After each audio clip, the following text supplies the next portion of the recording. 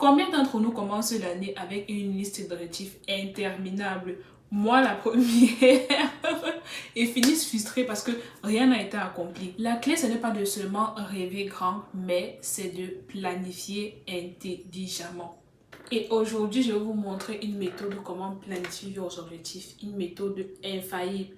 Les objectifs SMART.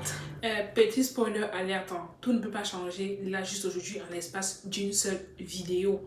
Aujourd'hui, on apprend à hiérarchiser et à se fixer des objectifs qui ne sont pas juste des vœux, mais des étapes concrètes.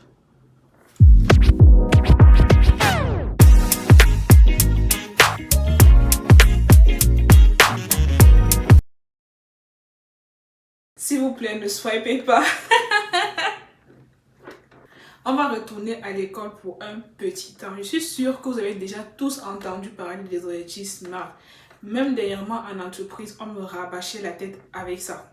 Bon, du coup, là, je vous mets un petit visuel. Bon, cela ne vient pas de moi, s'il vous plaît, donc n'attrapez pas ma veste.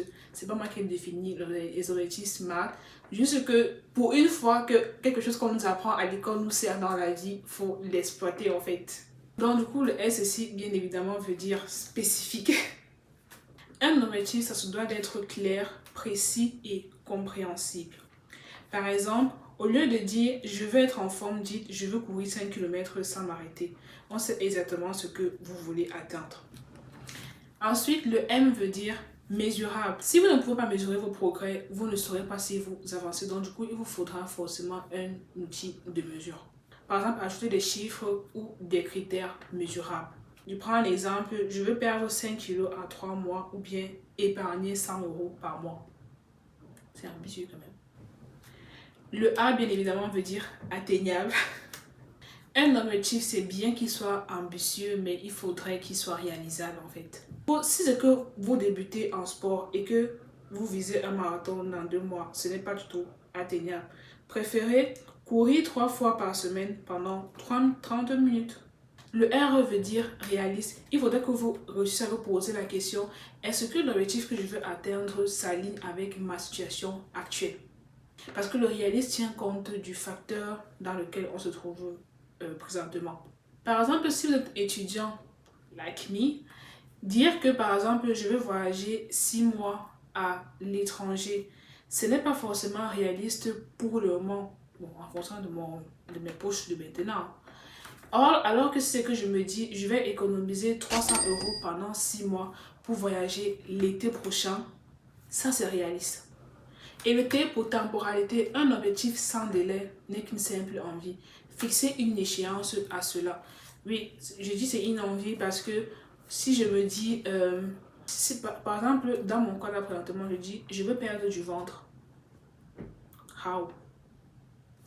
Or, je dois me dire, je veux perdre du ventre dans 3 semaines. Des fois, je n'ai même pas dit je veux. Des fois, moi, je m'écris dans mon calepin, je vais perdre du ventre dans 3 semaines.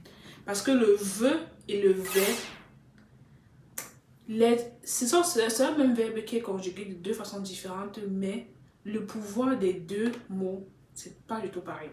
En gros, vous l'aurez compris, l'objectif doit être clair et précis, de telle sorte qu'il peut être perceptible par une personne tierce, sans que vous n'ayez à lui expliquer c'est quoi votre objectif. Car il sera quantifié et défini dans le temps.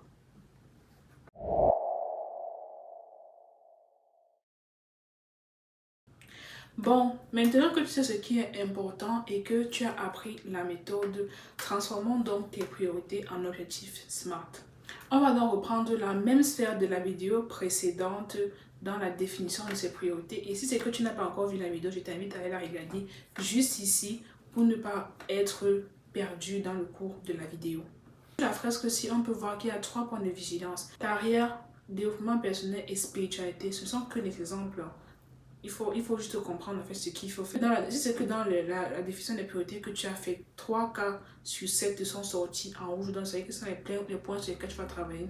Ici, on va apprendre à définir tes objectifs parce que prochainement, on va te montrer comment faire un plan d'action. Il faut retenir que tu ne pourras pas forcément atteindre tous les objectifs au même moment. Parce que le but, en fait, c'est de ne pas se disperser, comme je l'ai dit. Ce n'est pas de disperser son énergie un peu de partout. Je dis ça parce que moi, la première qui suis placée là, devant vous là, je suis madame j'aime mettre 1000 choses sur ma tête en même temps. Oh, ça fait qu'à un moment donné, je me sens submergée. Je ne sais plus où donner de la tête. Je ne sais plus par où commencer et j'ai envie d'abandonner. On va maintenant transformer ta priorité en objectif SMART. On va donc transformer tes priorités en objectif SMART. Si je prends le cas de la carrière, comme on a vu précédemment dans ce qui était revenu sur la fresque, tu vas remplacer la phrase par exemple, je veux réussir par je vais établir un programme de compétences à développer par semaine et cela pendant 6 mois. Spécifique, mesurable, atteignable, réaliste et temporel. Ou encore, je te prends mon cas, par exemple, je vais m'exercer tous les soirs pendant 45 minutes en anglais pour réussir mon examen dans un mois. Et je l'ai fait! Et on finit par le dernier point, se poser les bonnes questions. Ou non? Est-ce que je suis sûre de vouloir cela? Parce qu'il faudrait être sûr de ce que vous voulez faire. Dos, est-ce que cet objectif est mesurable? Parce que si c'est que ce n'est pas mesurable, tu ne sauras pas sur quel point t'appuyer par la suite pour savoir si tu l'as réussi ou pas. Ça, je vais t'apprendre à le faire dans la prochaine vidéo dans laquelle on va travailler sur la planification de tes objectifs. 3. Comment je saurais que je l'ai atteint? 4. Est-ce faisable avec mes moyens et mon emploi du temps actuel? Donc du coup, ces 4 questions-là vont nous aider à pouvoir répondre prochainement à comment planifier tes objectifs que je vais te montrer dans une prochaine vidéo. Petit exercice. Maintenant, c'est à ton tour de jouer. Je t'ai donné toutes les cartes. Tu as toutes les cartes en main. Donc, du coup, tu vas prendre une de tes priorités dans ta liste. Tu vas me la transformer en objectif SMART. Tu me le mets en commentaire, s'il te plaît. Je te lis et je te donne mon feedback. Et j'ai encore un petit tips pour vous. Du coup, je vous ai mis en description un template que vous pouvez facilement télécharger. Comme ça, vous pourrez en fait suivre l'avancée de chacune des étapes que vous faites. Maintenant que tu sais définir tes priorités et te définir des objectifs SMART, il est temps de passer à l'étape suivante, c'est-à-dire comment planifier et faire des plans d'action clairs et efficaces pour pouvoir atteindre tes objectifs. On en parlera dans la prochaine vidéo, donc surtout, n'oublie pas de t'abonner et d'activer la cloche de notification pour ne pas rater la prochaine vidéo.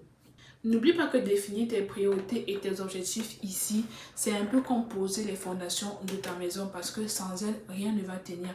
Parce que tu as besoin de commencer par là pour arriver un peu plus haut. Et sache ceci, ton futur toi te remerciera, ça c'est sûr.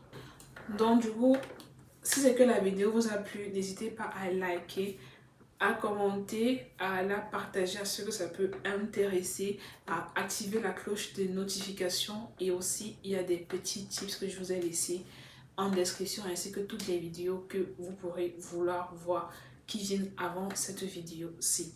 Donc du coup, je vous souhaite à tous une bonne santé et au revoir. Non, pas au revoir. À bientôt.